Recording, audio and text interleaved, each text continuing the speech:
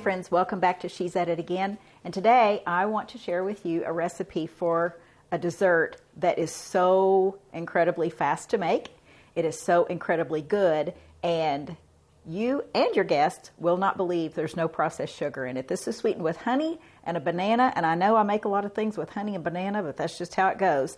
This is a cherry crumble, and it's not a huge dessert, but I think you're going to like that. I'm going to set this camera right down right here. Okay, so the first thing I want to do is take some coconut oil and just put a little bit in our dish. Oh, and I want to preheat our oven to 375. Make sure there's nothing in there, and there's not. So I just want to put a little bit of coconut oil in here because the base of it is simply fruit. There's not a crust on the bottom. So I'm just coating this.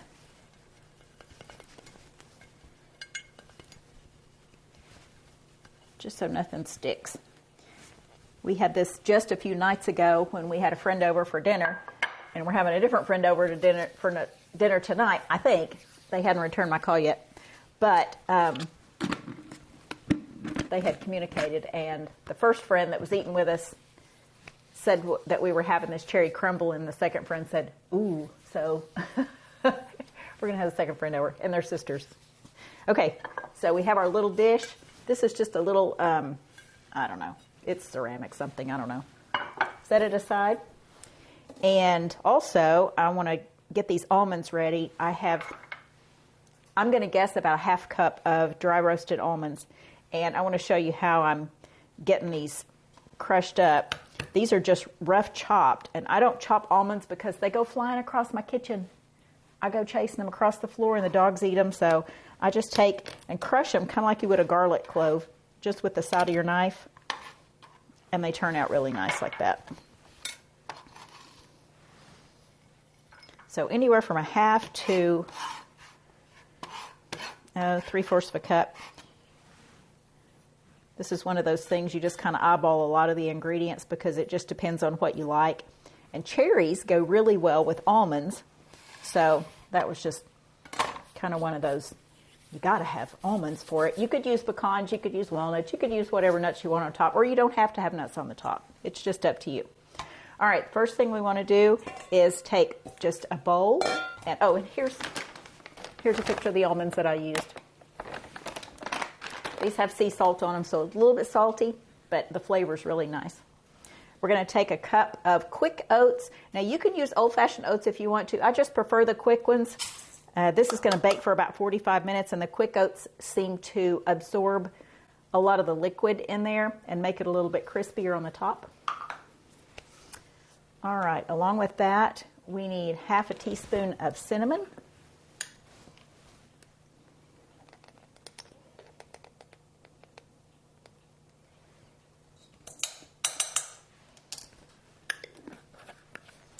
Fourth of a teaspoon of salt, just Himalayan pink salt. Don't skip on the salt either because the saltiness actually brings out the sweetness in a better form. Don't know how that works, but the sweet salty just works great together. Give that a little stir. And I have taken, yesterday my bananas were getting overripe, so I went ahead and kind of mashed them up and put them in a container, so I had 3 of them in here. So I'm going to take about a third of this out, which equals about 1 ripe banana. Put that in there. I was just tired of looking at them because they just kept getting browner and browner and browner on the countertop, and I thought, that's it. I'm going to commit myself to making this cherry crumble, so that works. We're going to take, let's see, we need 1/4 cup of honey. And my honey has started crystallizing in this container. I don't know how it does that. I use so much of it. All right, I'm just eyeballing it. That's about 1/4 of a cup right there.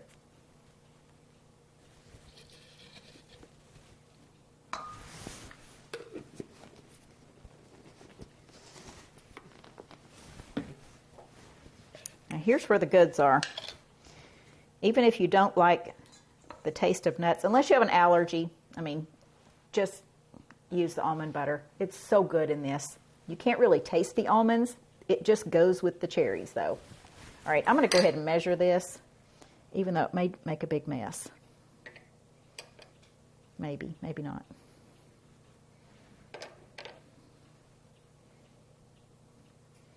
I need about 1/4 cup of almond butter.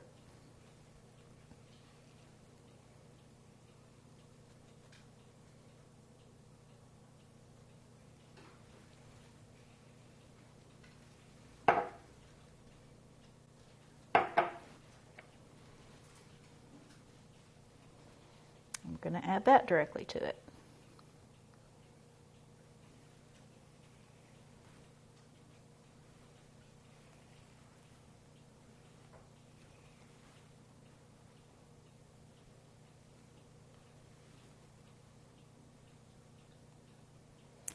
If you are not a fan of cherries, you can use frozen. And I'm saying frozen because that's what I always use, but if you have fresh cherries, by all means use fresh cherries or fresh peaches. And ooh, fresh peaches would be really good in this. But frozen fruit is really good because it's picked at just the peak time of freshness and really good flavor. So that's why I choose to use the fresh. I don't have to guess about a fruit being really good flavor and then I open it up and it not be of good flavor and then have to use it anyway. So I can pretty much guarantee it's going to be really, really good if I use frozen fruit. But I like the cherry. I've also used peach, and sometimes I cut up apples, just add a little bit of cinnamon to them, just extra cinnamon and maybe some nutmeg, and they make a fabulous filling for this crumble. So really any kind of fruit crumble you want, but I think the cherries are particularly good.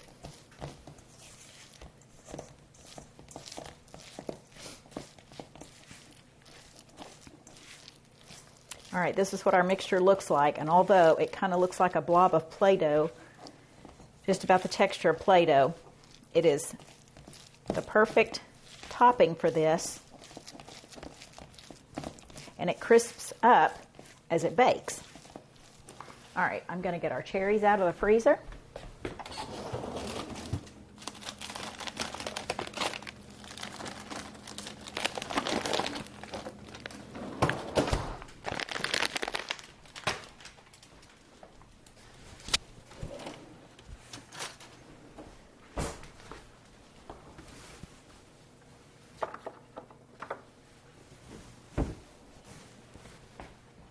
We also need some coconut flour. You don't have to use coconut flour, but it helps thicken up the center of it just a little bit. Coconut flour is so absorbent. So if you have a lot of juice in your fruit, particularly stuff like peaches and stuff like that, they're really juicy, have a lot of liquid in them. So if you'll sprinkle a little bit of coconut flour on there, it absorbs that. All right, these are 10-ounce bags of frozen cherries, and this is what it looks like.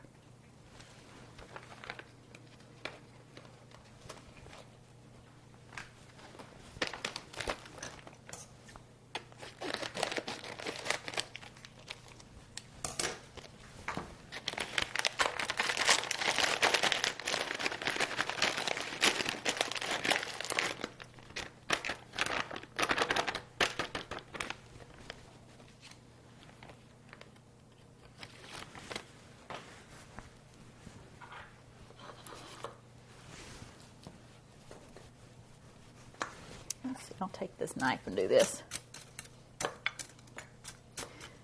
These are labeled as dark sweet cherries, and I'm telling you, they are. But one of the best parts of this is this ice. It's so good. My dogs are down there scoping the floor because they think I'm dropping something, I guess.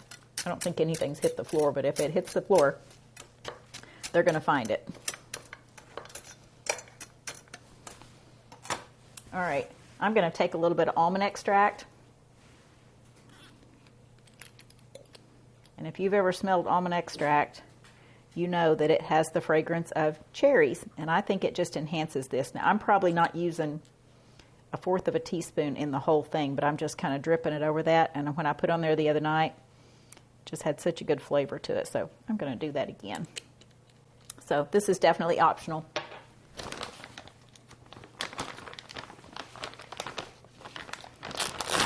This is what coconut flour looks like. And this is, well, let me look around before I say that. Yep, this is a gluten-free dessert. And the coconut flour helps that, because normally you would use flour to thicken your fruit base, but no flour in it except for coconut flour. And the crumble topping has oatmeal in it, but no flour. And again, no processed sugar in this. So just about 1 heaping teaspoon is what I used on that. And although it doesn't look like much, it really does absorb a lot of that liquid. All right, we're going to take and just kind of put our crumble topping on there in little blobs.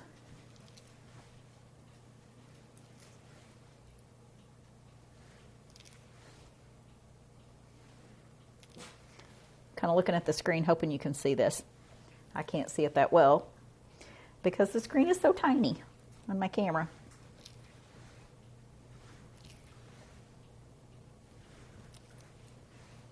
And if you're wondering if this has the flavor of bananas, it does not. If you're wondering if it has the flavor of almond butter, it actually does not. But all the flavors combined synergistically just makes it absolutely like it goes together, like a really good song. All the ingredients just match.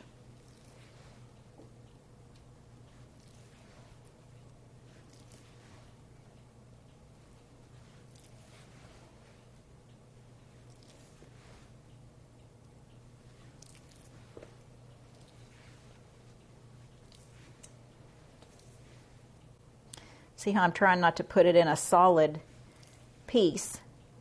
I don't want to like spread it out and make it smooth, because I want the cherries to be able to cook the steam out in between these little openings in this. I just want it to have little blobs of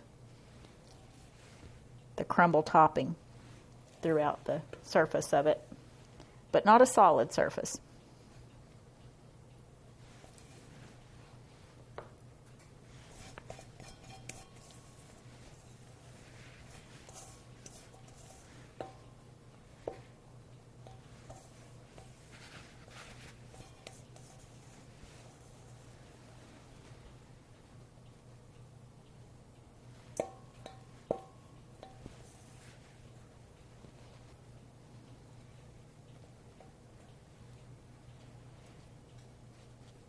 Okay, empty bowl. And then we're going to take our almonds that we crushed up and just sprinkle those over the top. These have a really pronounced crunchiness to them once they bake in here for 45 minutes. And you need to bake it for a full 45 minutes. If you have raw fruit, that gives it enough time to cook. But if the fruit is frozen, it still takes 45 minutes.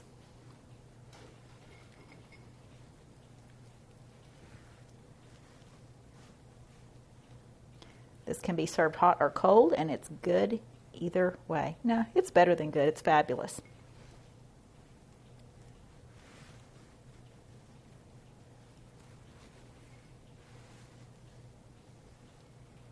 Okay, that's a lot of topping on there. All right, oven timer just went off. We're going to pop this in the oven.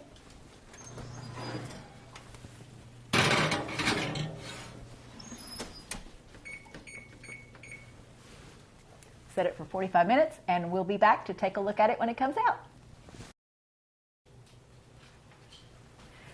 Okay, our timer went off on our oven, so we're going to get our cherry crumble out.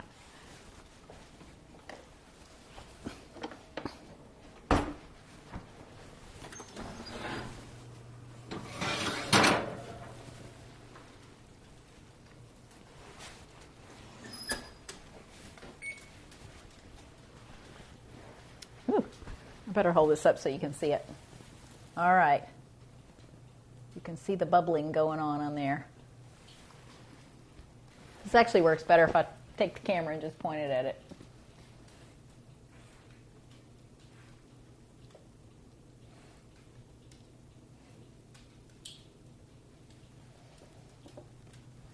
Okay, so you know the drill. Recipe is going to be in the description of the video, and we hope you give this a try. Thanks for joining us, and we look forward to sharing something again with you real soon. Bye, guys.